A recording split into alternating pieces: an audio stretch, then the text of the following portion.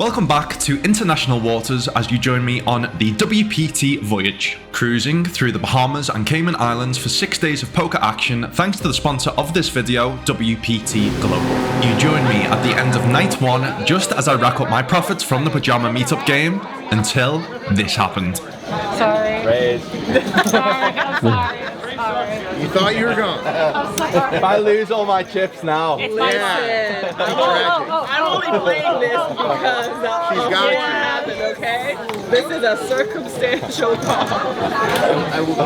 So after I said that was my last hand, the dealer doesn't realise and puts cards in front of me, but they are very, very playable. I look down at 10-9 of hearts and it would be rude not to play this hand. We shy raise and I retake my seat, but things are about to get very, very interesting.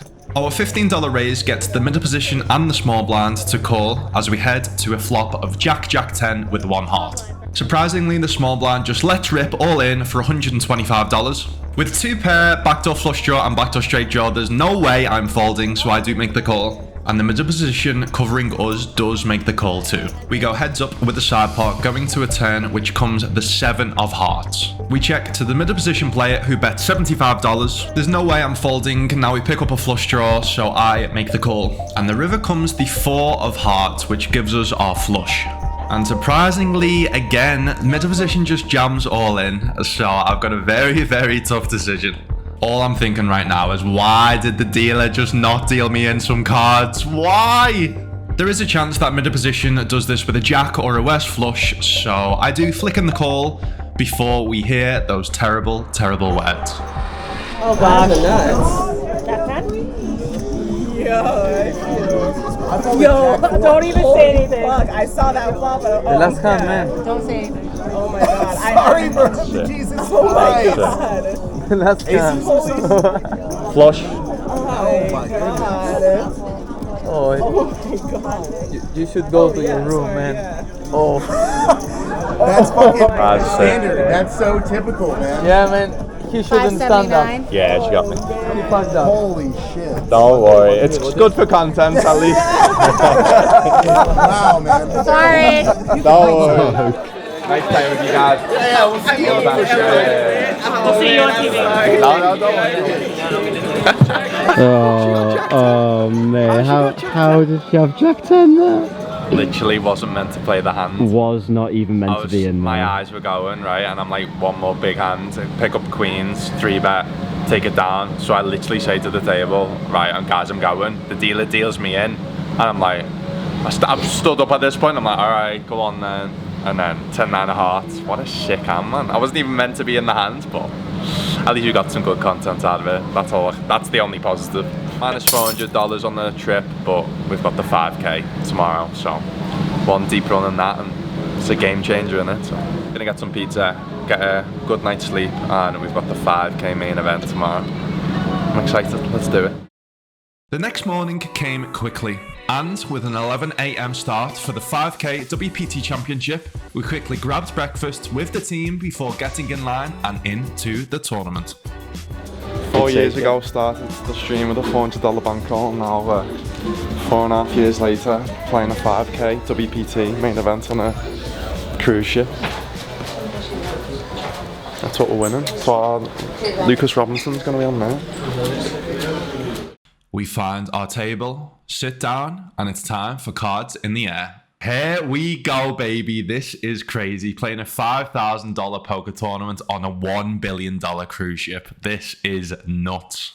First hand I end up playing in this tournament is the 7-6 of hearts. Under the gun opens to 1k. I am in under the gun 1. I end up 3-betting to 3k. I think this hand can do a bit of a mixing between 3-bet and flat, but I prefer to 3-bet from this position. And under the gun does make the call. The pot is 7,300 and the flop comes the king 4-3, 2 hearts.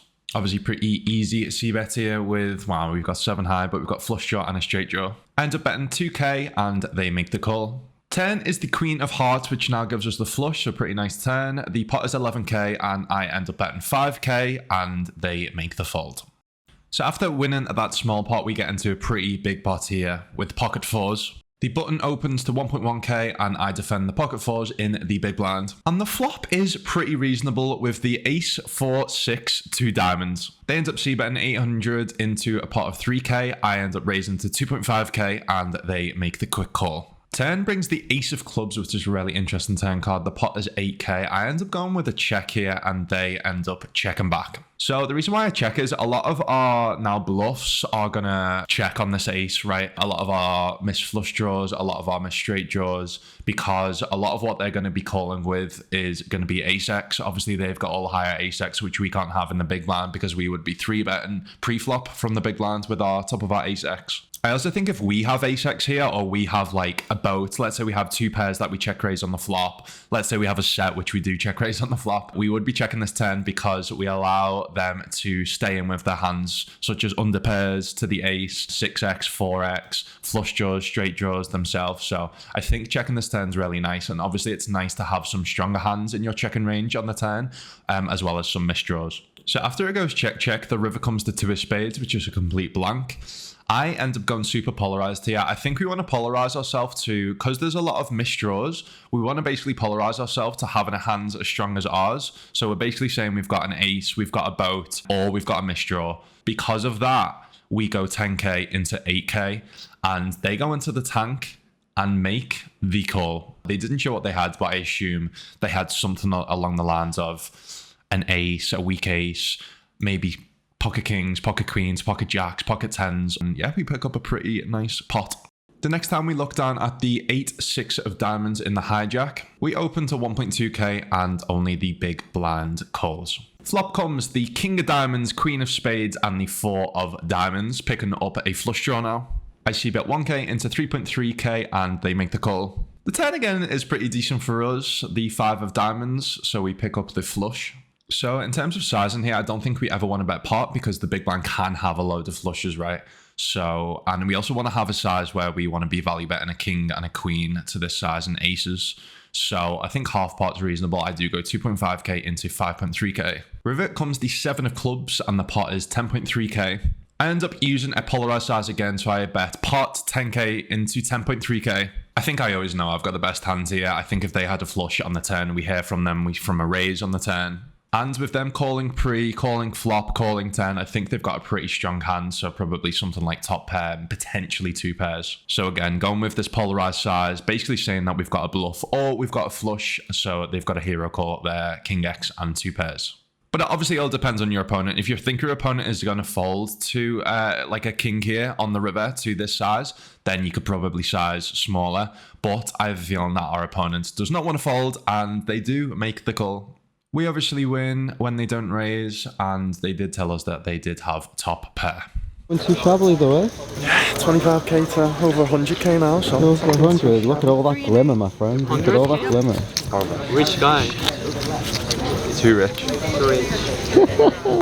So our stack is building nicely. We are currently on 105,000 chips. When we look down at the ace jack offsuit, under the gun 1 opens and I am in the hijack. I think my hand does like to do a lot of 3-betting here. Ace jack off is a pretty nice 3-bet bluff, as well as king queen off in this spot. So they open to 2k, I 3-bet to 5.5k and they make the call. Pot is 13k and the flop is the 5, 5, 4 rainbow. Action is I c-bet 3k and they make the call. The turn comes the queen of spades and now the pot is 19k. Now pre-flop they started with a stack of 45k, so if I want to bet here, I do want to try and use a geometric sizing, which basically means trying to get the money in by the river by using the same fraction of the pot on the turn and the river. So I figure out it's just under half pot here as a geometric size to go half pot on the turn and half pot on the river. So I end up betting 10k into 19k on the queen of spades turn. I think ace jack is nice here to bet and continue bluffing because we have 2 overs to, let's say, if they call an under pair to the queen. I think the only queen X they're really going to have is like king queen suited, ace queen suited, and you could potentially even think they may not have ace queen suited or ace queen off pre. So my aim is on most river cards to put pressure under the overpairs and probably put them all in.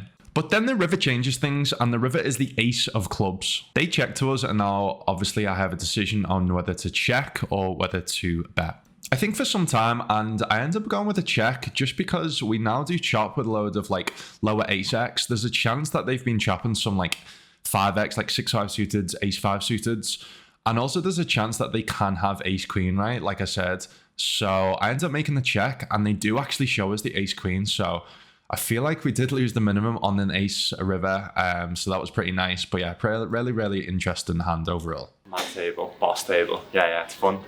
Peaked at like 100k, over 100k, but that back down to 62k now. So still chilling. Like I said, good table. Just lost the decent one then, ace jack off, 3-bet, and yeah, ended up betting flop at 10. Ace on the river, but it's like ace queen 5-5, and I check back thinking I'm always going to win, and they show ace queen, so could have been worse. Yeah, could have been worse. I was probably going to bluff it off on the river as well. Basically just trying to get lower pairs to fold, so the ace kind of saved me because he had ace queen and they weren't folding. So yeah, playing good. Feel like I'm in the zone. Yeah, feeling good. Got a good sleep last night, which helped. And yeah, dinner break in like 2 hours time. So if we can try and make it to the dinner break, then that'd be nice. Anything to comment on the rest of your table, mate? You got Coos on your direct, right? Yeah. Cause been exchanging some fun stories with him from what I could hear. Yeah, I love sitting by people like that, you know what I mean? It just makes the time go by quicker, and he's respectful in hands as well. Yeah, when you're playing a hand, but yeah, he's telling me some mad stories, he's showing me some mad things, so which we probably can't show, but yeah, what we can show will be pretty funny. Yeah. Trust me, you hear what I just said? How much you start with, 50? I never played this game. How do you play this? This is PLO, right? PLO. Oh, flip and go? Oh, okay. I get it all in. You get 2 extra cards post flop. Oh, and then you just and then just put it in. Okay, thanks. Appreciate you. Thank you. My first thorns. I just want to make sure I'm in the right one. And you did it twice, and then he got up and chased you around the table. Do you remember this? Of course, I'm a poker player. No, I'm just saying. I remember everything. I agree, but when I saw you, I was like, the cigar, I'm like, I know this is him. Okay. It was just funny, because I don't give a fuck for nobody. I understand, I get it. There's a method behind my manners. I understand. I get under people's skin, I make them give me their shit. I get all that. Oh, okay. I get all that. It was just funny that now I'm playing with Now you're playing with me. Okay, good. Tell your friend I said hello. Do you mind if I take a picture? No. Because I literally just, and again, he doesn't hate you, you know what I mean? He knows. I don't hate anybody either, I cuz. understand. Either you love me or you hate me. I don't really give a fuck. You know why? Smile at it. Alright, good luck, brother. Let's get it. After that part, it does put us down to 67k, and after losing a few more small ones, I am down to 56,000 chips. This is a juicy hand. I look down at the ace-10 offsuit in the big blind. Low jack opens to 2k, they cut off flats, and I defend in the big blind. The flop comes the 8 of clubs, 7 of spades, 6 of hearts, and it ends up checking round. I did actually think about potentially donk leading here. I think it's definitely a thing on this type of board from the big blind, even multi-way. But I just don't think my hand is going to be a donk lead here. I prefer to donk with 2 pairs, with top pairs, with 9x, with 5x as bluffs. I think ace-10 is going to be kind of a bit too good to kind of use as a bluff here. But that doesn't stop me bluffing on a 2 of hearts 10 card. I end up betting a pot 7.5k into 7.5k, and we see a tank call from the low jack and the cutoff folds. Now, this is a flop from the big blinds that we have all of the nuts that the other 2 can't have. So this is why I end up donk leading 10 with the ace-10. We have all the straights, we have all the 2 pairs, we have all the sets, we have all the top pairs. And once it checks around on the flop, even though the low jack is a reg and can be checking some over pairs and sets, I just think population is gonna over c-bet with over pairs here. They're gonna over c-bet with top pairs, with sets, with 2 pairs. So I feel like because I've got all the nutted hands in my range, then we start obviously wanting to build a pot. And I feel like ace-10 off with blocking the nut straight, that does slow play on the flop. We don't block any of the flush draws now on the turn, which is important because let's say it doesn't come a heart on the river, we can then continue bluffing with our hand. I also felt like ace-10 was nice because we block both the pocket 10s and the aces that potentially check flop as well. The pot is 22.5k and the river comes the 3 of spades. They have 27,500 left behind. Now my decision is to whether to check and be a bit of a wuss or to just bluff all in and just put it all on the table, put them to their tournament life. And that is what I end up doing. I end up going all in and I see the quickest snap call that I've ever saw in my life. They, of course, have the nuts with the 10-9, so it was very nicely played by them, checking the nuts on the flop. It obviously feels bad in the moment, but I really do like my bluff here. Like I said, we block the nuts, we block the aces, we unblock the flush draws. So what they're going to check on the flop and call on the turn is mostly going to be flush draws, in my opinion. And because we don't block them flush draws, when we jam, we are going to get all of them flush draws to fold on the river. So I really like my bluff, but unfortunately, we did run into the nuts this time. So obviously, after that hand, we are left pretty short, and I end up having 17 big blinds in the low jack, and I open pocket fours. The small blind actually makes it 20 big blinds, 20k, putting me all in, and the big blind folds. I thought it was a pretty weird play from them, because they're basically pot committing themselves to the big blinds who covered them. So this didn't feel like top of the range to me in terms of like aces, kings, and queens, but obviously it can still be a bunch of like pocket 10s, pocket 9s, pocket 8s. Obviously they've got a decent amount of like ace king, ace queen that do this. So I was really close and on the fence with this one, but I ended up folding this. This is a really close spot. Let me know what you think in the comments of what you call here with pocket fours. I then go pretty card dead and have 5 big blinds under the gun. I looked down at Jack 2 offsuit and it didn't seem too close to me that this was a fold. But obviously with me being more used to online, it is a fold. But with live poker, you actually do in the big blind, you have a big blind and a big blind ante. So you actually lose 2 big blinds once you get in the big blind. I also didn't realize that the blinds were going up literally the hand that I get into the big blind. So I probably should have made this jam because next hand I have 2.5 big blinds in the big blind. Comes around to the small blinds and they put me all in and I don't even look because we literally are pot committed. I have 2.5 big blinds. I've already invested 2 big blinds. They show ace 9 and I have 6-2 offsuit, of course.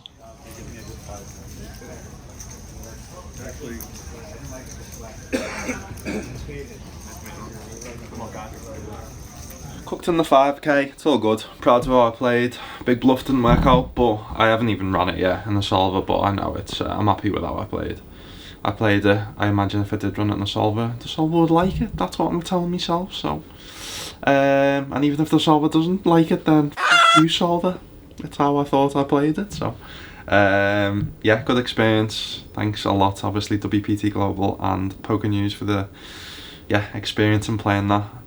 Next event is another, obviously, WPT event, the WPT 1K Prime, Day 1A Turbo. So, going to get into the mix now.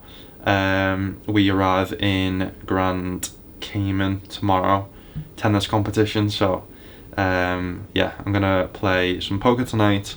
That is tomorrow. And there's a chance to potentially play another Day 1B of this Prime tomorrow night. But I'm just going to bag a big stack for Day 1A, and then I can enjoy Grand Cayman tomorrow. Alright, prime time. Let's go, yeah.